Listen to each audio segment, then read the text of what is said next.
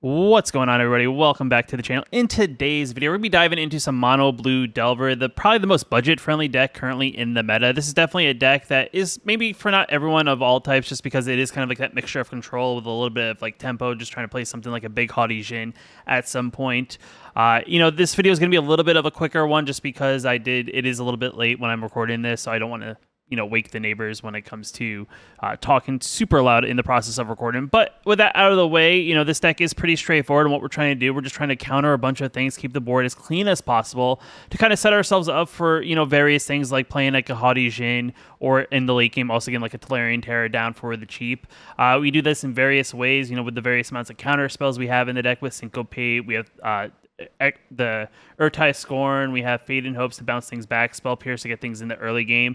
Like I said, we're just trying to really keep that board state pretty clean, and then eventually at some point Haughty Jin comes down and we have enough protection to protect it, and we essentially swing in with a big Haughty Jin maybe one or two turns in a row, and our opponent is kind of SOL at that point. But all in all, it's still a fun deck. It is very budget focused, right? The only rares in the deck being the one copy of Otawara and the 4 copies of Haughty Jin. Everything else would be uncommon or common from the sets that they're from. There are some cards that you may see here that you may not recognize the art. They're just from other sets, like this card here, but it is reprinted in more recent standards, so that's why it's legal. But with that out of the way, let's just dive into some games. Let's kind of see how this deck does as we move our way through Diamond tier. Our opponent goes first. Our hand's okay. There's not a lot of things here in our hand to kind of like mitigate what our opponent may be doing early, since we're on the draw instead of on the play. But I do think it's an okay keepable hand, as maybe we can find a way to get through. But our opponent is playing mono red, which is not our best matchup. So we are a little bit under pressure, but if we can get some board presence out, maybe they can't play both their spells next turn. Like if they can't play their 1-drop, or this is a turn they play 2-drop, that's fine. If they go ahead and burn it, that's also fine. We're getting rid of the removal in the process, and that's really their turn. The one thing I would say is, like, against a deck like this, it is kind of one of those things that if we can just settle with some sort of board state here and just kind of keep them at bay. Like, the one thing, we are kind of limited on lands at the moment. We drew both our lands. But it's not, the worst thing for us in this position, just because, our opponent hasn't done a ton. And we're only down to 14 with them being heavy mono red. Maybe they're artifacts. So now that we kind of swung the game in our favor, I think that's actually pretty good. And we're actually going to say go, because we're swinging for 6 in the air. They have to have some sort of protection, and we scoop them. It's definitely one of those things when we have a counterspell face up. It's like, well, what can I do in this position? Our opponent goes first. Hand's okay. Yet again, not great. We only have one spell to really just bounce something back, but it's not doing too much to really stall the board state. Yet again, we don't know what our opponent's doing, but it's, like I said, not a bad hand.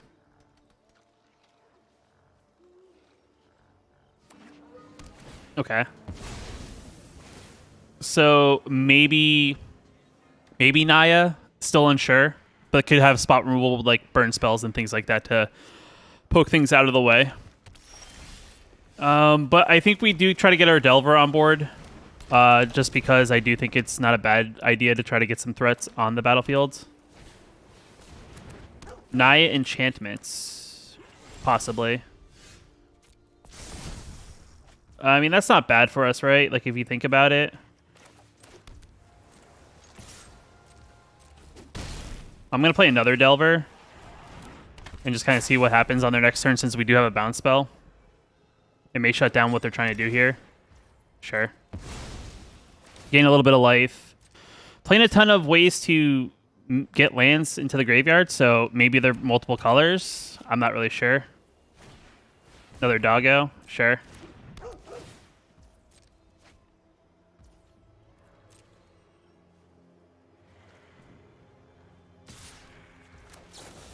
I'll bounce that. You can replay it. We'll keep that card on top because I want to draw a non-creature spell. We'll swing it for 6. our opponent's down to 13, and we're sitting pretty good here, right? Our opponent has to do something kind of crazy in order to really retake this game back. Them drawing a card's not a big deal to us.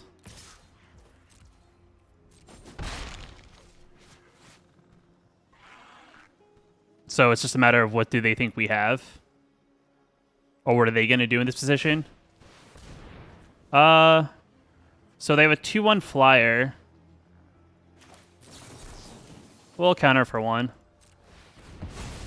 Just get that card out of the air. Don't have them have any sort of way to protect the air. Sure.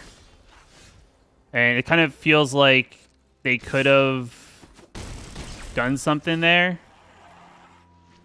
Yeah, we'll end turn again. We didn't draw a land, but it's not a big deal.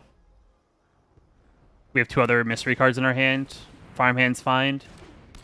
Draws them planes, but doesn't do too much outside of that.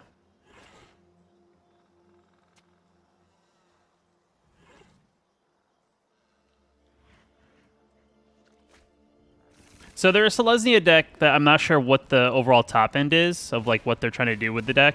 Sure.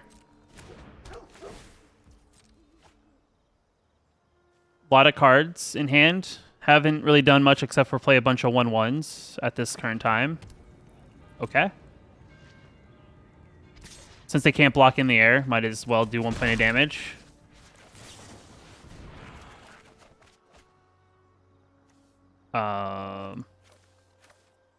We'll get rid of those 2. We'll swing in for 6 in the air. And we'll play a 5/5 terror. And we'll say go. So this is where they got to kind of have whatever it is they're trying to do on us, just because they got to block the air stuff.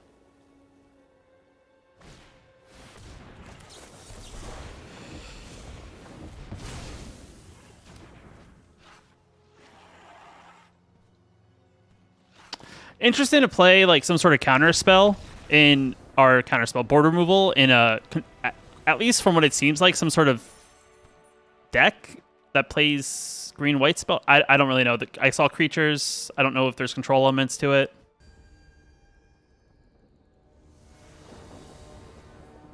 Opponent goes first.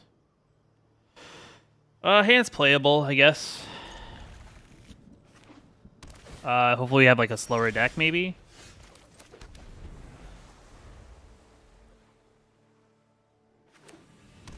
Green-white. Enchantments, I'm assuming? Just because they play dog, I'm assuming it's enchantments, right? Like, that's like always the assumption here.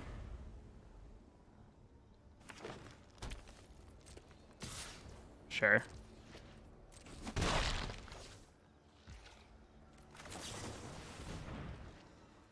Fade and Hope's not bad. Impulse is good.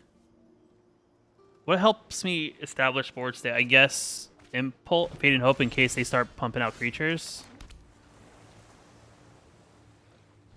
I don't really want to play into any possible like enchantment removal because that's probably what they're playing here. Sure. Good job. You got me. I'll take 3 from a dog. Yeah, that's fine. Holy mackerel, Batman. I feel like at some point I'm going to draw a land here. Okay, we're going to draw the only land. We'll get rid of a Syncopate, and we'll get rid of an Urtai. I'm trying to make sure I hit my land. Sure. Make it a 3/3 again. It's perfectly fine. Is that all they're gonna do? Is just play a dog?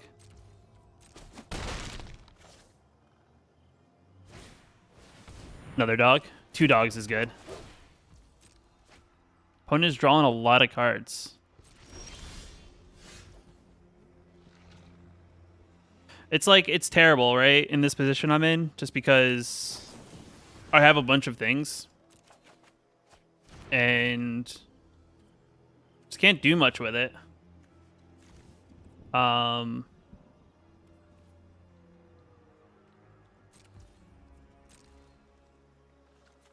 I think it's get rid of Thirst. It's just not playable because I have too many cards in hand.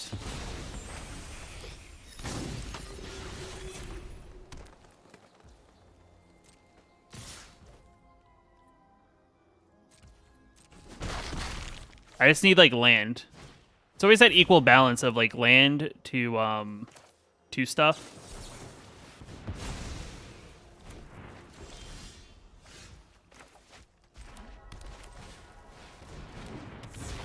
Right? I feel like now is the perfect time to play what I have because now it makes it harder for them to remove what I have. Sure.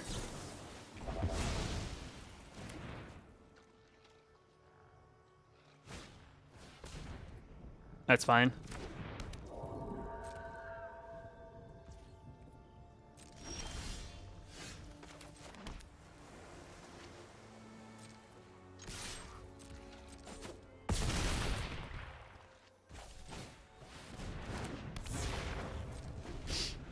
Just play 2.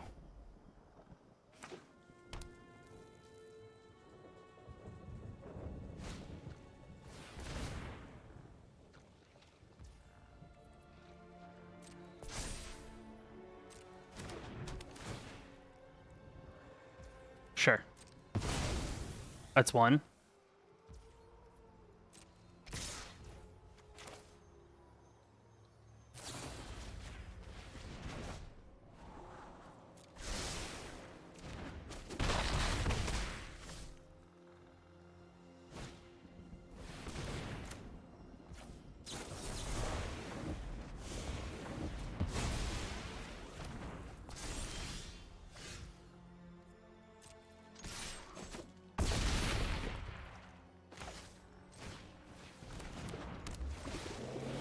Alright, I feel pretty good about my position now.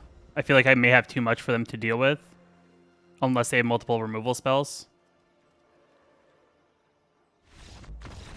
Yeah.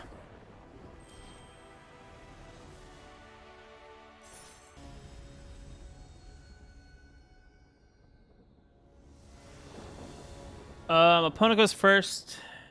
Hand is okay. Like, sometimes it feels weird to have it like a syncopate early, but it's not bad. Part of me wonders if I should go up to 24 lands, just because I feel like I'm very inconsistent in how often I'm drawing lands. But, you know, you talk about needing lands, and your deck's like, hey, here's a top deck land, so that feels better.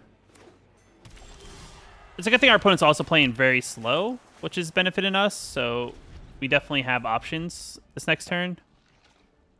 It looks like they're trying to play all the colors in a way. Sure, we're going to mulch it up. We're doing some crazy graveyard shenanigans. Sure, we'll fade and hope.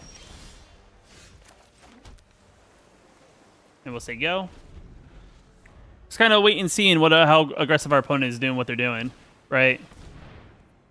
Yep. Doing all of the things they can do to domain. Like, I'm not like worried about like them popping something super big, right? Because as long as we leave mana open, it makes it super unplayable, and a lot of the threats they're doing now aren't really crazy. So our opponent's playing domain. It's just a matter of what they're doing domain-wise that we need to worry about. We'll thirst for discovery, draw a bunch of things, discard a basic. We'll play a basic. And we'll say go. I don't need another one of these. I have too many cards to draw. Sure. Nice little 1/1. 1/1 mushroom.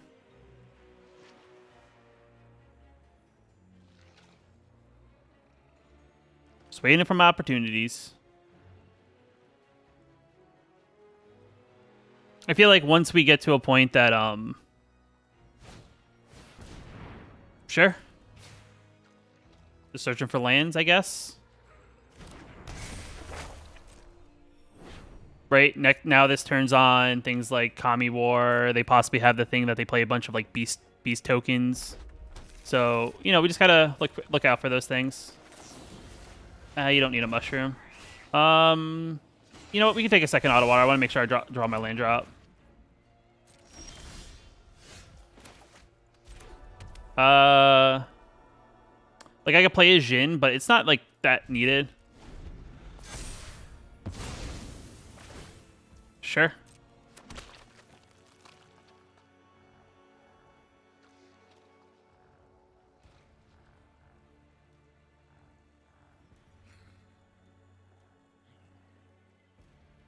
Like if you don't have a Saprolan, right? Like they can't do much.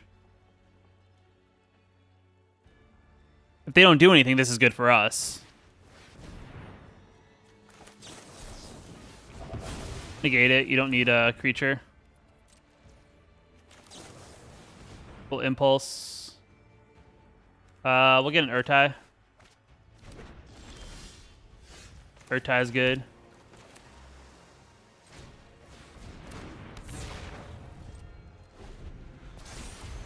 Sure. I'll get hit for 6, I guess. A lot of lands. Going big. Going big, opponent. Got a 6/4.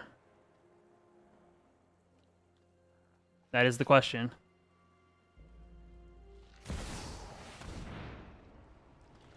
What could they follow that up with is the real question, right? Urtai.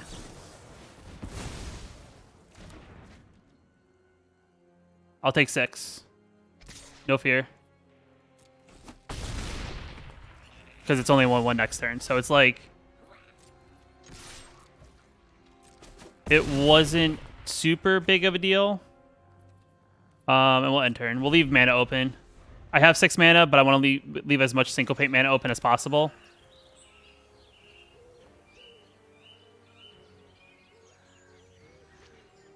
Like, I feel like our opponent has, like, a big spell that they're, like, waiting to cast. So it's like, once I get my Jhin out, it's just, it takes over. And I just gotta play into what they're doing now at this point of how this game's supposed to go. Are we getting it back? Let me impulse that real quick.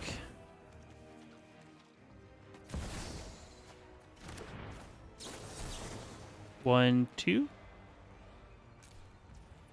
Auto pay? You want to pay the 2? At the beginning of your up, choose a permanent card. You may sacrifice a permanent that shares a type with it. If you do, return the chosen card from your graveyard to the battlefield. Do you have a creature? I guess you get a card back. Sure. How? You want to sacrifice and get back your wind collar? Sure. You got me.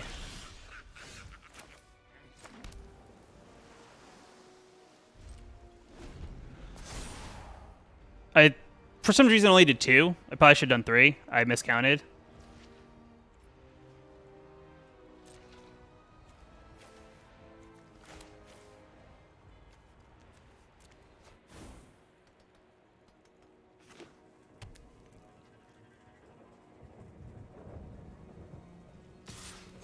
Ow.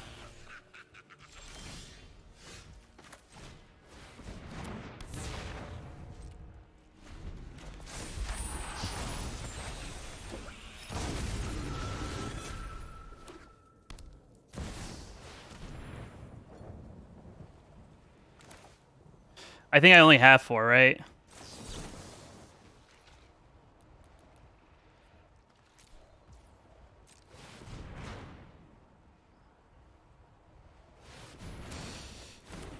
Yep. Me misclicking and only doing 2 instead of 3 really turned that game around. I didn't actually think that's where they were going, to be quite honest. On the play, hand's okay. Right? We have a couple counter spells. We have blue mana, so it's like fine. Mono black.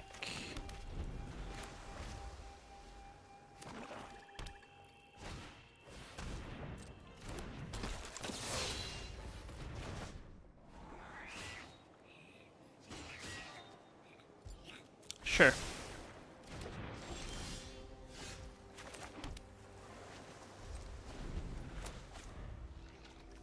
Sure.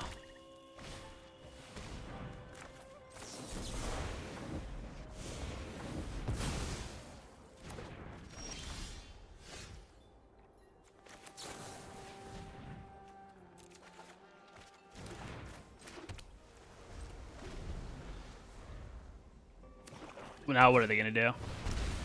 Sure.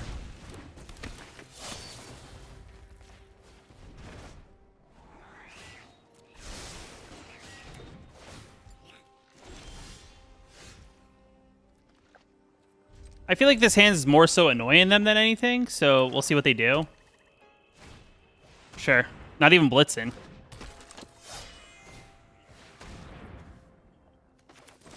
Interesting sequence if you want to resolve one but not the other.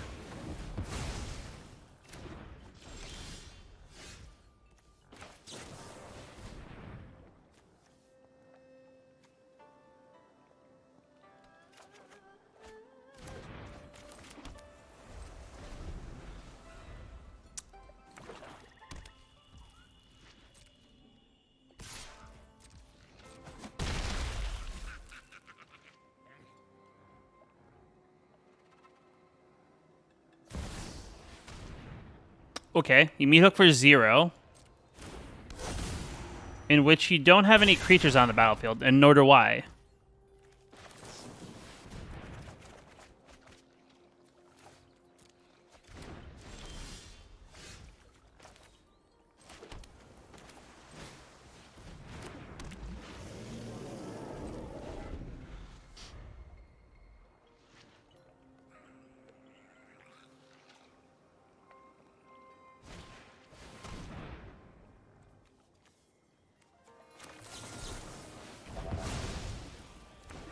Okay.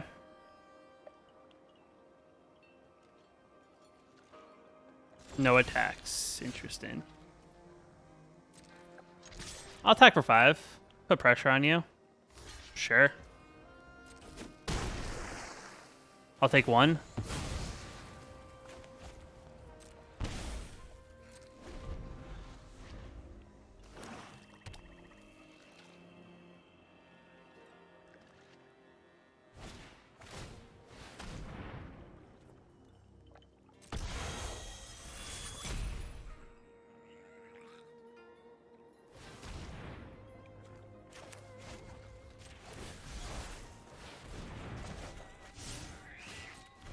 Nice resolve. Try again. Still a 5/5.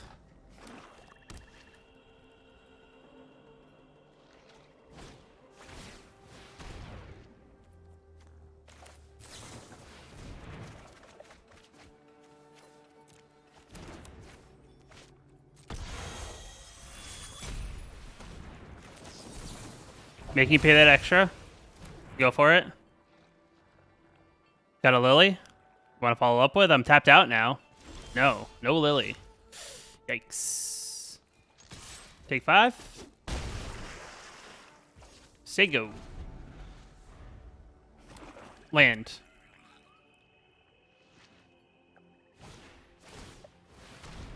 Sure.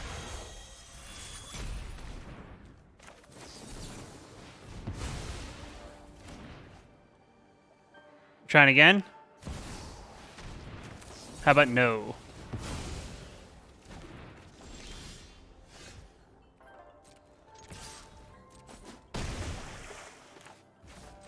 And we'll play Jhin. And we'll say go.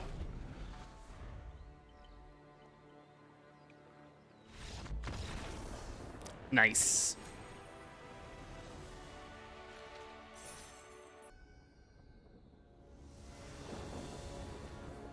Opponent goes first. It's a keep.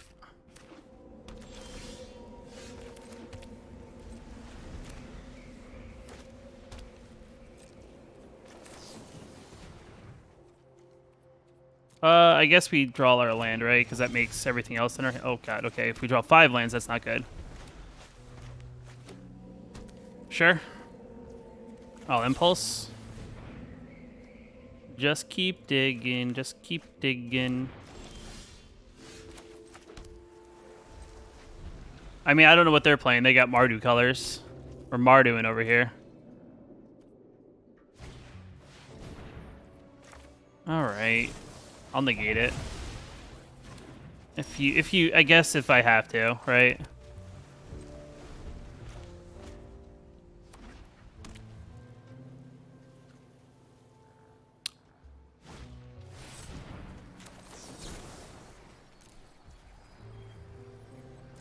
Why do they...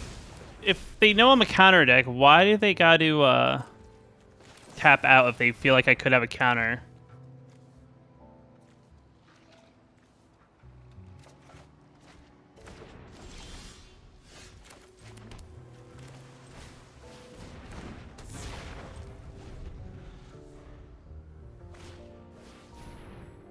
Sure.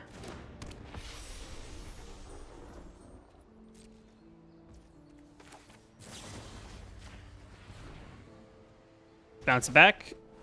Bouncy, bouncy. That's fine.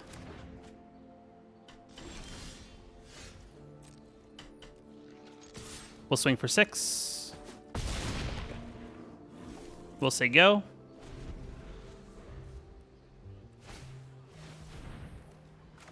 Make disappear. No, that doesn't work there. We'll play Urtai. Counter it.